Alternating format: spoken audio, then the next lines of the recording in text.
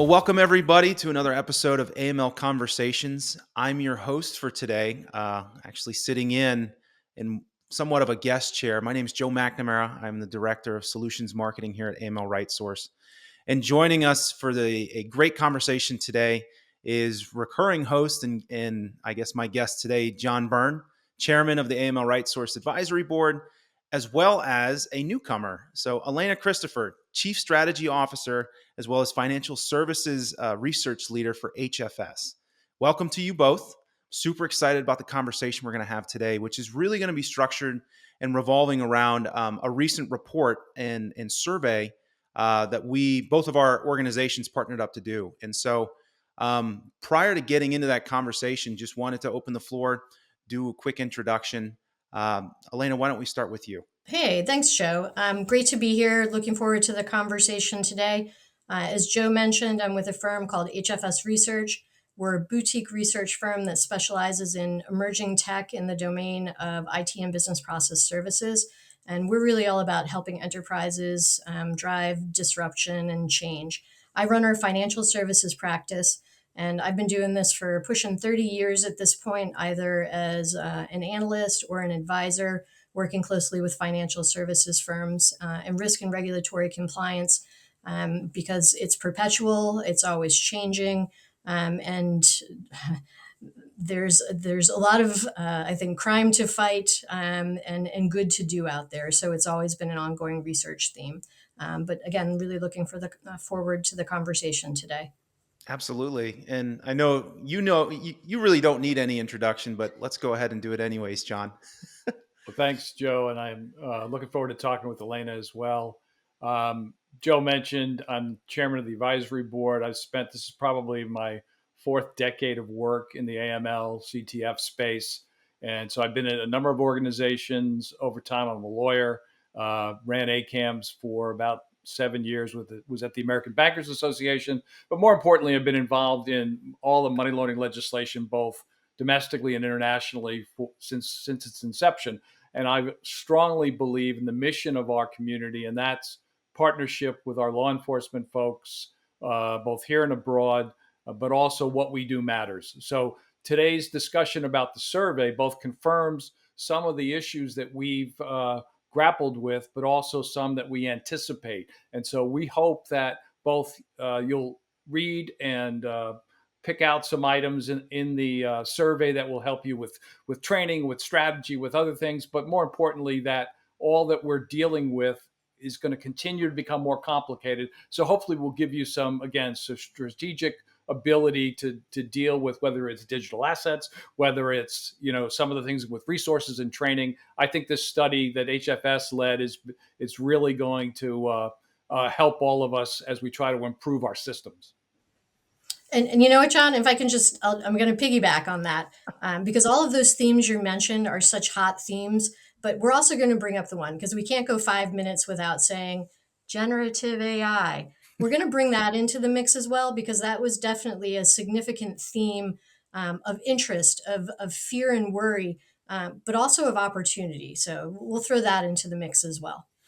Yeah. So without giving away the punchline, Elena, let's actually call it out first, right? So the report that came out in Q1 of this year, it's titled "Driving the Evolution of Financial Crime Compliance: The People in Tech Initiative." Within that report, obviously there's a lot of interesting findings, but I figured let's take a few moments just to kind of give our audience a little bit of a contextual background when it comes to, the purpose behind why we partnered up to do this report, and certainly some of the expectations that we went into it with versus maybe what we found on the other side. Yeah, absolutely. And so I mentioned, the firm that I'm with, HFS, we do a lot of things, but we're also market watchers. And so in my coverage of what are ongoing trends within financial services institutions, I'm always keeping a close eye on technology companies that are bringing something new and potentially differentiated to the market, or services firms that are really helping in this context, fin crime compliance professionals improve their programs, meet their needs, ultimately both fight crime and be in compliance. And so I learned about AML RightSource. I was tracking you guys. You were making some interesting acquisitions. You made a technology acquisition of a firm called Quantiverse, which myself and my team covered, and it got us into some conversations really about where is the financial crime compliance market? Where is it really going? I know from, again, almost 3 decades of tracking applied use of emerging technologies in banks and financial institutions that banks are some of the biggest adopters firm-wide, not just in FCC domains. Firm-wide are some of the biggest adopters of technologies. But when you sort of follow that breadcrumb trail and you look around at what that looks like in different, whether it be lines of business or in different functions, you don't see it being applied equally at all. And so HFS and AML RightSource started up a conversation in this vein, which essentially was what's really the future of financial crime compliance. We know it's a heck of a lot of fantastically skilled and smart individuals doing a ton of really critical work on a day-to-day basis. But in the same breath, it's also a lot of manual work. It's a lot of manual labor. And so at the heart of our conversation was, how do you help these programs scale? How do you help them do more with the same, or more with even less, if you will, given the fact that, like John, you mentioned digital assets. I'll throw like banking as a service. How about marijuana businesses, given that there's so much change that's happening as well that's driving additional regulation? So, what started with an interesting conversation about what's really happening here, we said, you know what, all right, we're a research organization. Let's work together to craft a study. And so, what we ultimately did was we ended up surveying 500 fin crime compliance. And we also intentionally took a slightly broader lens of talking to broader risk and regulatory compliance leaders, chief compliance officers, broader than just the FCC domain, very intentionally to talk about this topic. And we looked at it in terms of where are your programs today, what's driving change, what's driving challenge, where are you hoping to grow. We looked specifically at a thread looking at emerging technologies. How are you thinking about these? Which ones are you thinking about? What's the state of adoption? How are you complementing or supplementing that important talent piece I mentioned? Is outsourcing coming into a play? How are you leveraging external partners to help you drive additional capacity? So we created a survey vehicle. Again, we implemented it with 500 of the risk and regulatory compliance and FCC leaders I mentioned. This was a global study, very important to mention that. So we hit North America, Western Europe primarily, and a variety of select countries within Asia Pacific to give a very robust view. And really, our objective was to better understand where we are today and where we're going. So that was a bit of the baseline. I don't want to start because it was such an interesting study. I don't want to get ahead and start talking about findings, but that's really what we were striving to do, was to work in partnership to do something that, because I think there's a variety of studies that have happened in the market, but we really wanted to look through sort of that triple lens of where are you today and where are you going? What's the role of how you're grappling with talent and really helping to uplift your people by being very effective in your programs as well? And what's the role of emerging tech? So all very, very good questions, and I would disagree slightly because I do want to get into some of the findings, right? But I want to go back to one of the points that you made about what I would consider kind of the foundational genetic makeup of this report, and that's really about again some of the things that we found just from an overall priorities perspective. And I know, John, you got a chance to certainly review the report. Tell us a couple things that from your perspective kind of played into that particular narrative around what you saw from a prioritized list, as well as anything to call out specifically to the risk in financial crimes compliance community. Well, there was a couple of things that actually confirmed what we're seeing with our clients and with the community, both the external and internal challenges that we asked about in the survey.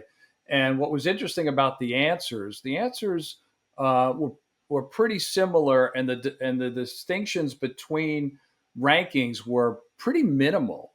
So in a way, it just tells me that these AML professionals, and I apologize, I still call them AML professionals, not fin crime, but fin crime professionals. So that they have all these challenges. So it confirms that. So if you look at, we talked about the rise in digital financial transactions, how criminals use technology, continued expansion of reg requirements, both in the US, Europe, and other places, the expansion of non-financial services in this space. That's always been a challenge for traditional banks, right?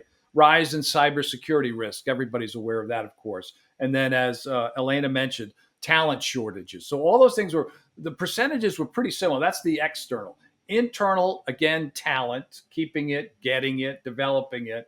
The one thing that struck me as somewhat counterintuitive was the lack of C-level support, which I'm not disputing that as a response. But then we also said, the compliance folks also said that they expected an increase in their resources. So if you're not getting the support, but you're getting the increase, there's a little bit of a disconnect there. I don't disagree with either of those answers, by the way, but that's just one thing that jumped out at me. But also the lack of clarity in terms of the approach internally.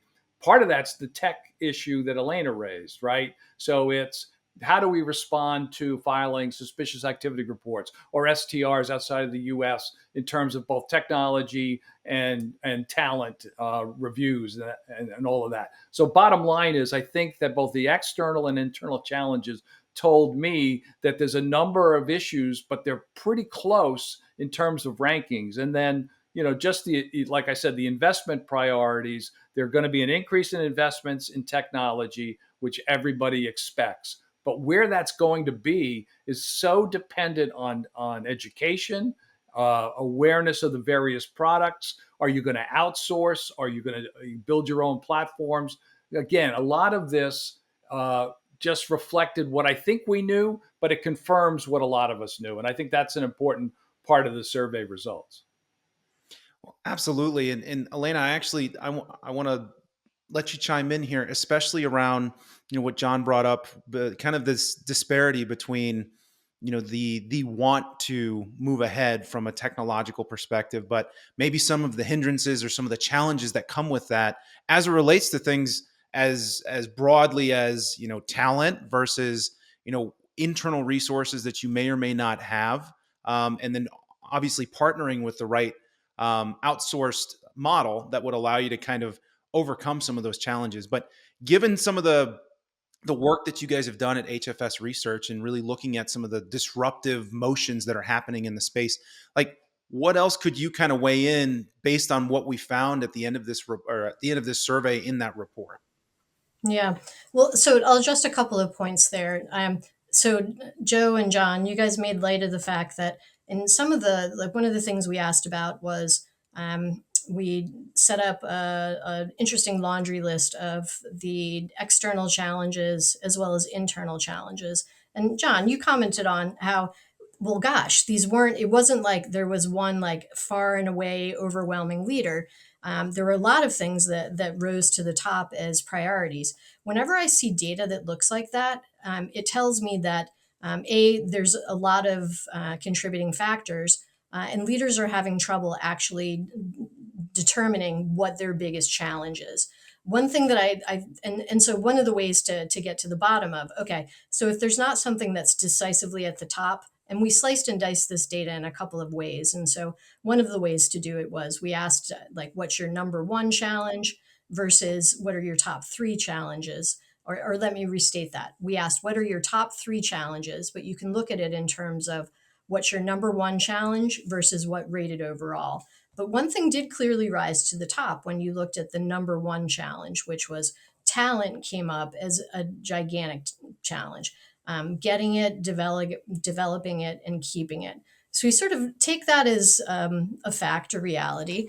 Talent is challenging. Then when we went over and we looked at, okay, so what are you investing in? When you ask a question about investment, it's another way of saying, what are you going to do to try and solve these challenges? So to me, when we get kind of like an indecisive answer on what your biggest challenge is, okay, if we then ask where the investments are, that'll tell us a bit about what the flow of play will actually be. And just like John was mentioning, we saw that there's going to be a lot of investment in updating technology and modernization investments was how it was phrased, as well as with external collaboration, which I think that's a fantastic one. What was dead last, by the way, was talent. And we had a lot of follow-on conversations because one of our standard things we like to do whenever we do a survey, we also like to then road test it, talking with professionals in the space. We started with you guys, but then we went out to different leaders within different financial institutions. And the answer we had in so many cases was, like, well, duh, Elena, talent's a gigantic issue, but it's one that we're very familiar with. We think maybe if we can try and solve getting some better technology, modernizing our systems, and data was another theme that came up in various places. Having better access to the data we need, maybe that helps to solve some of the talent problems we have, directly aimed, I imagine, at beating down a lot of the manual work that goes into so much of the, whether you call it AML rigor or broader FCC responsibilities. So that was sort of a little bit on my take of the data.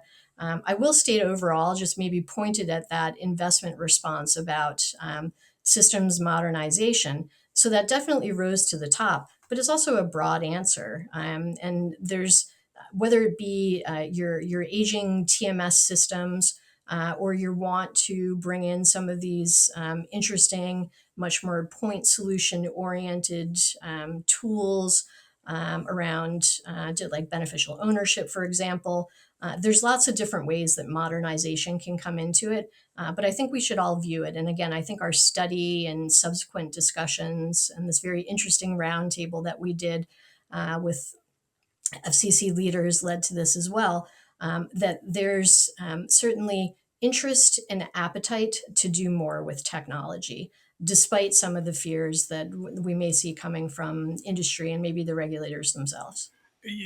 Joe, let me just add that since I've been doing this such a long time, one of the earliest comments about technology, there was a lot of small institutions that did reporting manually, believe it or not. And so as they started to gravitate toward technology in the early days, and now obviously it's much more comprehensive, the comment was always, how do you ensure that the system is going to both fulfill regulatory obligations, but also be efficient?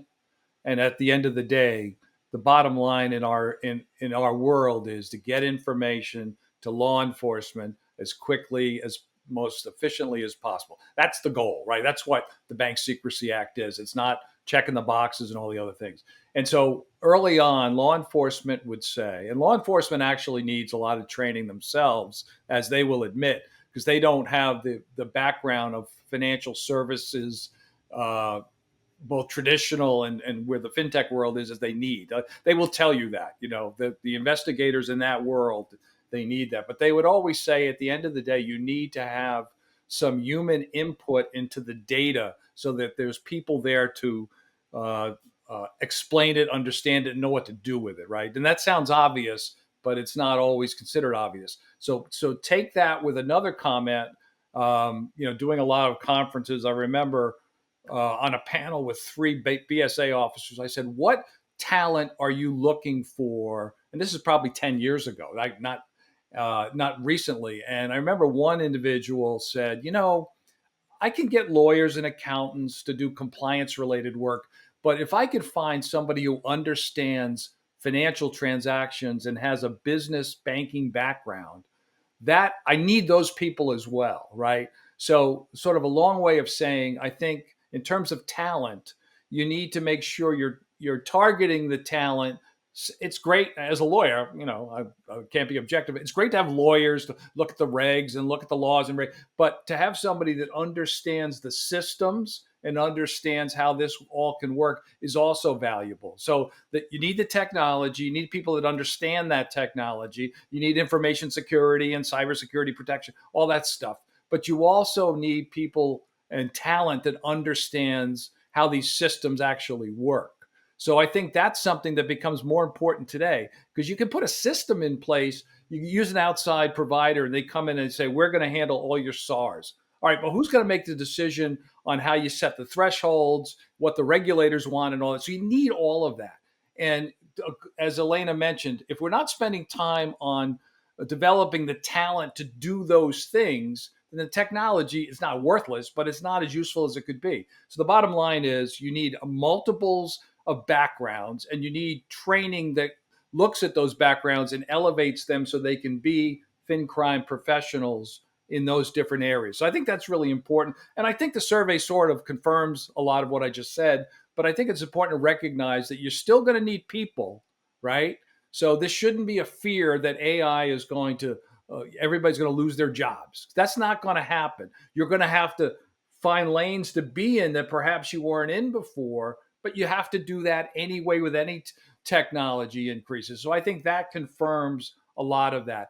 Disappointing the talent so low, but important that we, through HFS, we've recognized that in this survey, and certainly the roundtable that Elena ran confirmed that as well, that we need to work on that. And I think that's an area that we can all agree on. And if I may, John, and I want to be super definitive about this because it's what we at HFS, we've been saying this out loud for 10 plus years. AI, automation, they're not getting rid of any humans, okay? We're here to stay. And honestly, the regulators, we need that judgment there. The regulators in this particular domain, they're going to require that before anything is submitted, finalized, etc., it's been processed and approved by a human. All right, so AI is not replacing us today. There's caveats there. It's like I see jobs that are just straight up like data entry with no judgment. That is a bad job to begin with. No human should be doing that job anyway, okay? So we do also have to recognize that they're bad jobs. In this particular domain, in the fin crime compliance space, it's all about, and this is, I think, the right lens to look for. How can you elevate these fantastic professionals to help them do more and have less of like the mundane, mind-numbing work that is sometimes part of this job? How can you get them to smart decisions faster? That's what the opportunity is here. And that's the part, John, to your point. And that was part of, I think, the nice silver lining that comes out of like both the survey and the roundtable conversation is that that's the excitement, and again that potential I referenced in my introductory comments that decidedly was part of this. We're not using a ton of it today, but we want to do more, and it's not to replace; it's to augment or to accentuate what's great about humans. No, absolutely. And I just want to call out, we made it almost 20 minutes before we had any mention of AI, right? Which I think is just helps kind of solidify the what both John, you and Elena have both kind of mentioned. The one comment that I would have too, again, to piggyback on the piggyback here, is when I think about where technology is really playing the largest role. At first glance, a lot of folks just go, "Oh, AI is going to handle some of the larger, more traditional challenges that we've seen in this space for the last few decades, right? Or beyond that." And in reality, what it becomes is it's more of the back end stuff, right? It's being able to tech enable your folks, to give them access to a higher, more performative tool set that allows them to be more efficient when it comes to the work that they're doing. But obviously, all of this only happens with both pieces, right? And John, to your point, making sure that you've got the right folks in the seats that can actually oversee this, ensure that you're putting the right parameters in place and that the checks and balances are still there. At the end of the day, human in the loop is a necessity.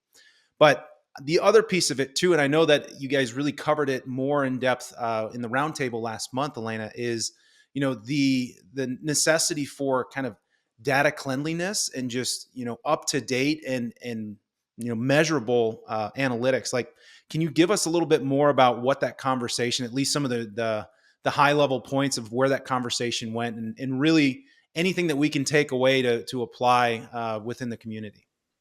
Absolutely. Okay. And so by roundtable, we hosted a virtual event where HFS and AML RightSource, we essentially brought together, I think, about 10 financial crime compliance professionals from financial institutions in North America and Europe. Asia was slightly more, I think, scheduling challenge, but that was our group, if you will. And we essentially curated a discussion around the survey findings. And so, as John and I were talking about earlier, that topic of what are your challenges and where are your investments going to be? The team that we spoke with, they actually said, I can't believe that data did not rate higher. It was an option, as John and Joe were, as you guys were both talking about before. A lot of these, they were kind of clustered together, and so there was no like runaway leader. Data challenges was there. But this group, I mean, they were really talking about, okay, so there's a few, data can play a few ways here. But obviously, you need a lot of data when you're, first of all, what's alerting you to potential challenges in your transaction monitoring systems, how you do your reporting to satisfy regulatory needs. It's all about making sure you've got the right data at the right time. And so, folks were talking about how that continues to remain more painful than it should be. And that there's also, depending on the size of institution that you're working with, there's lots of silo challenges that are compounded over time. You factor in mergers and acquisitions, different geographies. There's a lot of different data silos. And so every single professional that was part of our roundtable discussion said, this is a pain point for me today. And it was sort of like, if I had the one wish of what to fix, these guys all really wanted to do away with the organizational silos and have a magnificent all-purpose data pool of sorts. I'm intentionally not saying data lake or some of the actual technical terminologies and solutions for this, because theirs wasn't a technical wish. It was more of, I want the data I need in a usable fashion. Oh, and by the way, that's a reality. But what some folks were also realizing is that for all this talk about AI is based on data. And if you train AI on data that's incomplete or wrong in some way, then you've basically taught, think of it as teaching a robot to do something that's incorrect. So there is no effective AI without great data. So much of the conversation really came back to, you have to ensure that you've got data that's available and fit for purpose when you need it to be great at fin crime compliance, but also to even enable any potential use of artificial intelligence in the future. So that definitely rose to the top as, I can't believe this didn't rate higher. Well, and given if we had more time to go through this report, I'm sure that we would find, the multiple paths and, quite frankly, the narratives that are multifaceted that came out of the findings. Ultimately, I think that's more of a call to action for our audience. Number one, if you want to go and find this report, you can find it, I believe, on both the AML RightSource website as well as HFS Research. Hey, Joe, sorry to interrupt. I know we're going to close it down, but I do want to, the one response that's relevant to what Elena just said, and that's, so I just pulled it up here. Which of the following best represents your firm's approach to using and scaling automation and AI technologies? 41% said they prefer that be part of existing core systems and platforms. 20% said their third-party service providers use it, and so that's going to be useful to them. And then the 17 said they'll buy or license point solutions as needed. So that was interesting to us, and that may all change going forward, because the other survey questions said that they're obviously 70% said that they're going to be doing more with AI going forward. But this is a snapshot in time that I think is important. So sorry to interrupt, but we should mention that that's in there, and obviously to read HFS's report in detail to reflect what currently people are. Again, 500 folks were interviewed, so this is more than a small sampling. This is a pretty big sampling. Snapshot in time, but I think relevant for strategic purposes, as we mentioned up front. Yeah, I would 100% agree, right? And it allows us to at least project where we anticipate the direction to go in the future. And quite frankly, hopefully what at least what we found in part from some of the findings in this report is you can actually judge like how quickly that growth is going to happen or continue to happen in some cases. But ultimately, like I mentioned, for those of you that are interested in finding the report, you can find it on either websites. At HFS Research website as well as AML RightSource. We'll have direct links below in the comments or I guess the info section of this episode. And then just more of a shameless plug for AML RightSource content, and that is we have an absolutely incredible set of just resource center. We cover all kinds of insights, topics.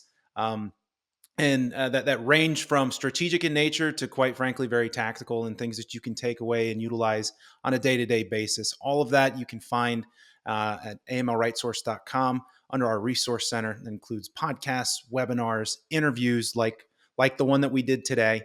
But ultimately, just wanted to thank you both for getting a chance to for allowing me to sit in on this conversation and kind of moderate the two sides, but at the same time, thank you for the time as well as just the insights for this audience.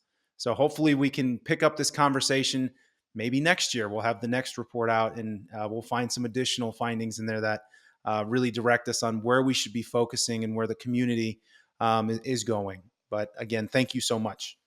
Thank you. Thank you.